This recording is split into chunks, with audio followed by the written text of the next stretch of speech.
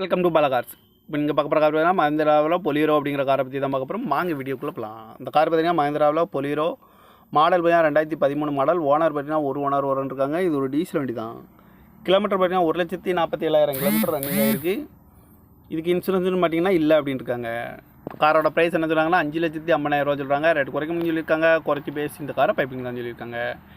AC வந்துடும், power sharing, power window, central lock வந்துடும்.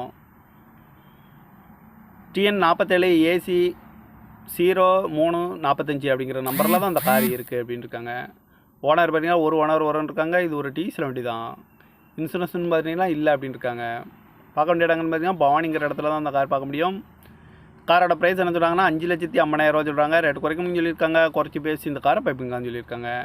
இந்த மாதிரி கார் வீடியோக்கெலாம் பாலா கார் சேனலில் சப்ஸ்கிரைப் பண்ணிச்சுக்கோங்க. தேங்க்யூ ஃபார் வாட்சிங்.